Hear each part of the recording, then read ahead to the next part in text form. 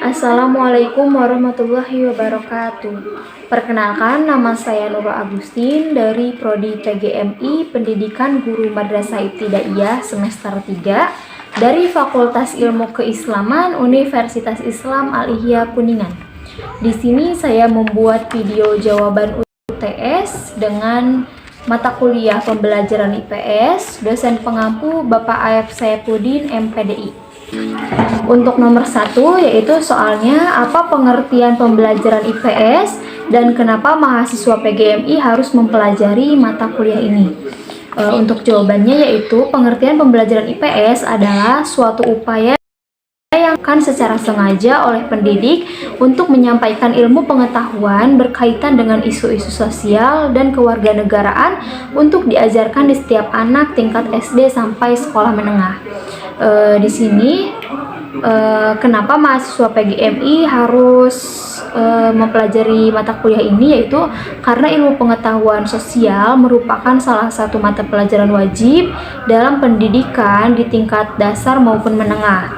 Jadi mata pelajaran IPS ini disusun secara sistematis, komprehensif, dan terpadu. Dengan pendekatan tersebut diharapkan peserta didik akan memperoleh pemahaman yang lebih luas dan mendalam pada bidang ilmu. Pendidikan IPS di sekolah dasar atau menengah merupakan pengintegrasian dari berbagai disiplin ilmu sosial dan humaniora, serta kegiatan dasar manusia yang disajikan secara ilmiah dan pedagogis untuk bertujuan pendidikan.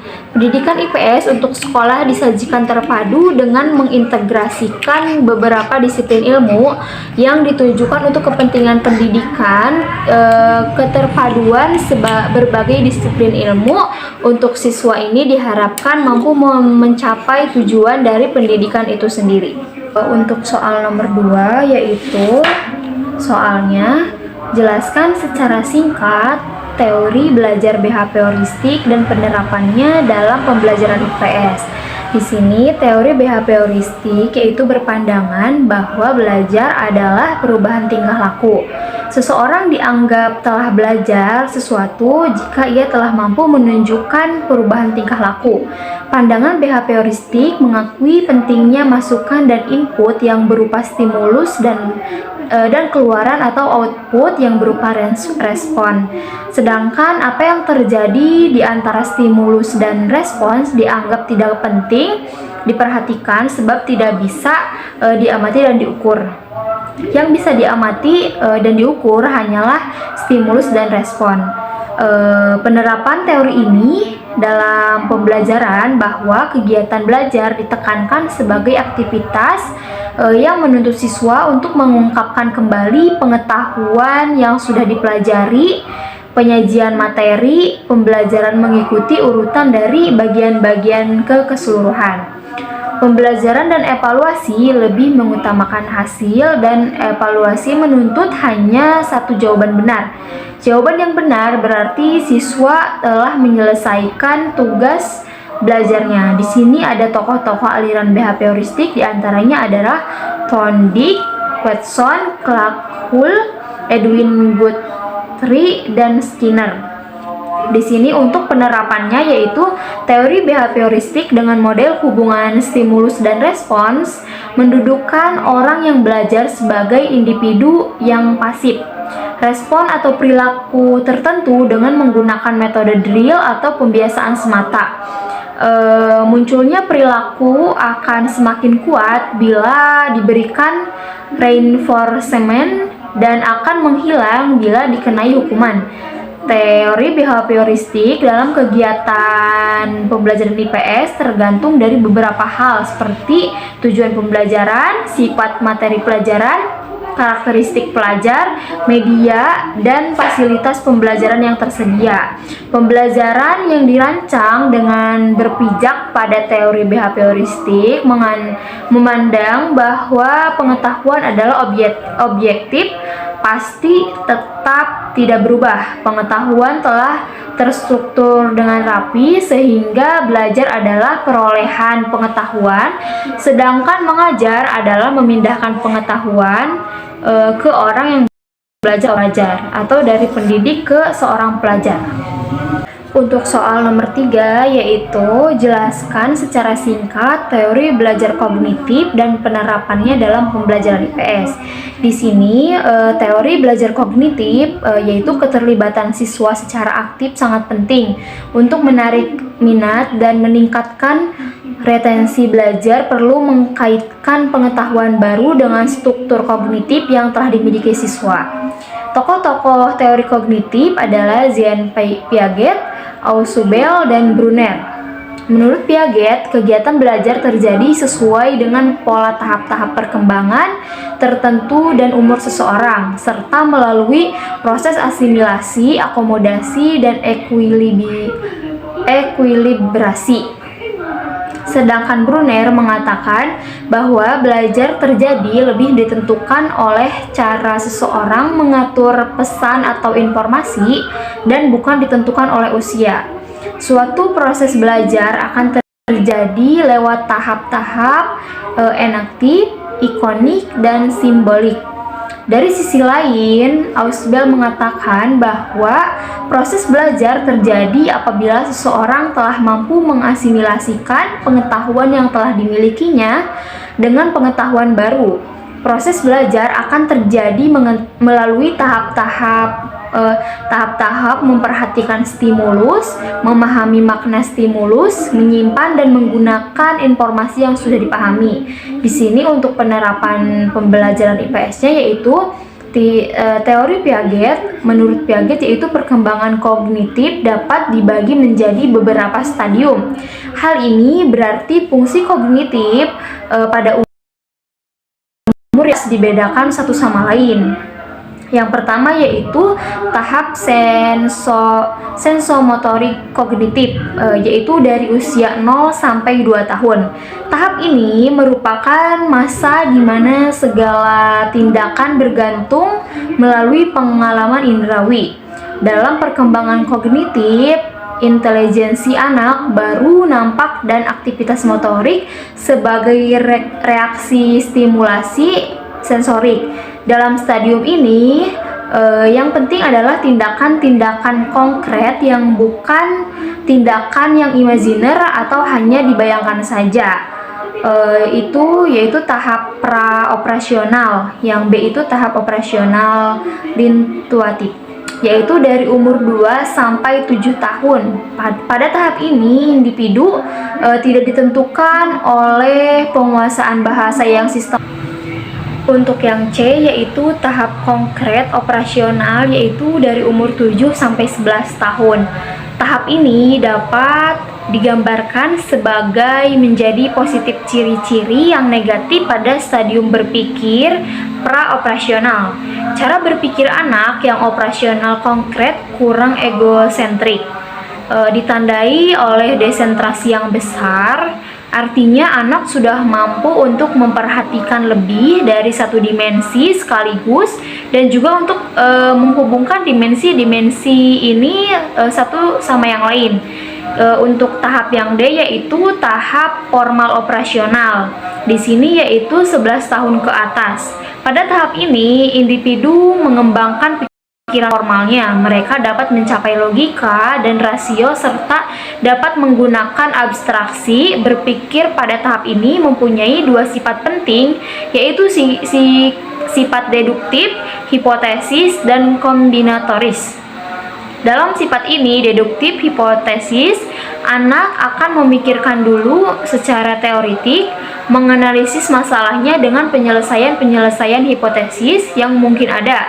Atas dasar analisis ini, kemudian membuat strategi penyelesaian. Sifat kombinatoris merupakan kalangan sifat yang pertama dan berhubungan dengan cara bagaimana dilakukan analisisnya. Dengan kata lain, yaitu pada tahap stadium operasional formal ini, individu mempunyai karakteristik utama, yaitu dapat mencapai logika dan rasio serta dapat menggunakan abstraksi.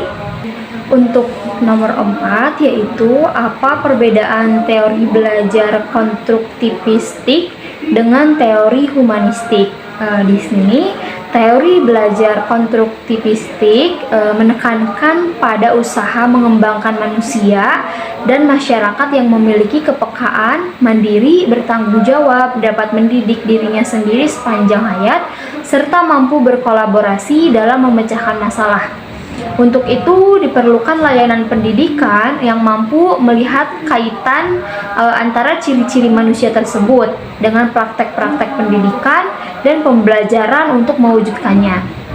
Di sini pandangan kognitif konstruktivistik mengemukakan bahwa belajar merupakan usaha pemberian makna oleh siswa kepada pengalamannya melalui asimilasi dan akomodasi yang menuju pada pembentukan struktur kognitifnya, memungkinkan mengarah kepada tujuan tersebut. Karakteristik pembelajaran yang dilakukan adalah yaitu membebaskan siswa dari belenggu kurikulum yang berisi fakta-fakta lepas yang sudah ditetapkan, dan memberikan kesempatan kepada siswa untuk mengembangkan ide-idenya secara lebih luas lagi. Yang kedua yaitu menempatkan siswa sebagai kekuatan timbulnya interest untuk membuat hubungan di antara ide-ide atau gagasannya, kemudian dengan ide-ide tersebut serta membuat kesimpulan-kesimpulan. Guru bersama siswa mengkaji pesan-pesan penting bahwa dunia adalah kompleks, di mana terdapat macam-macam pandangan tentang kebenaran yang datangnya dari berbagai interpretasi. Guru mengakui bahwa proses belajar serta penilaiannya merupakan suatu usaha yang kompleks, sukar dipahami, tidak teratur, dan tidak mudah dikelola. Di sini ada tokoh-tokoh teori belajar konstruktivistik, diantaranya yaitu Lev Vygotsky. Yang di sini teori humanistik, yaitu teori humanistik menitik beratkan tujuan belajar adalah untuk memanusiakan manusia. Proses belajar dianggap berhasil jika siswa telah memahami lingkungannya dan dirinya sendiri, atau dalam kalimat lain, siswa sudah mampu mencapai aktualisasi diri secara optimal.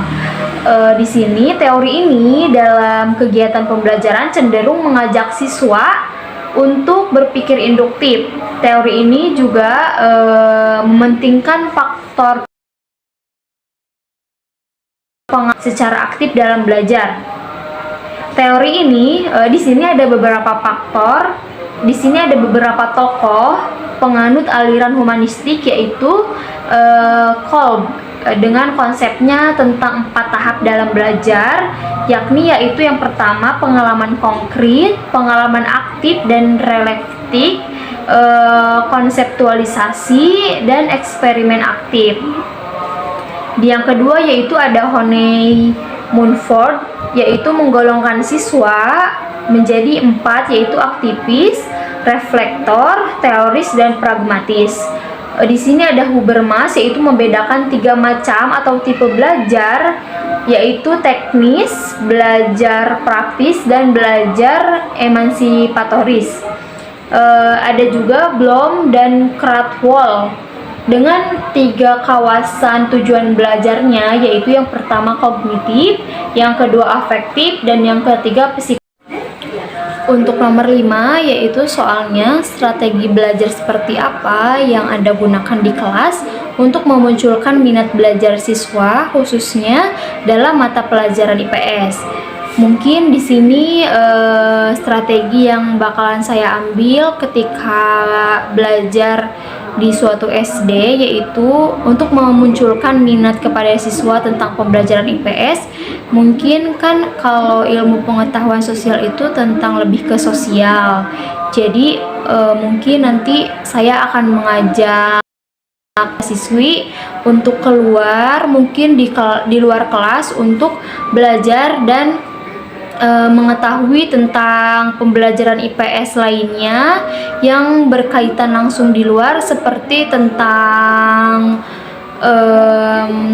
gunung atau apapun itu, agar anak itu cepat tangkap, cepat mengerti, dan mudah dipahami. Jadi kalau gambaran dari anak itu nanti akan mudah ke depannya, dan anak pun cepat mengerti dan mudah dipahami. Mungkin cukup sekian yang dapat saya sampaikan, kurang lebihnya mohon dimaafkan. Wabillahi taufiq wal hidayah. Wassalamualaikum warahmatullahi wabarakatuh.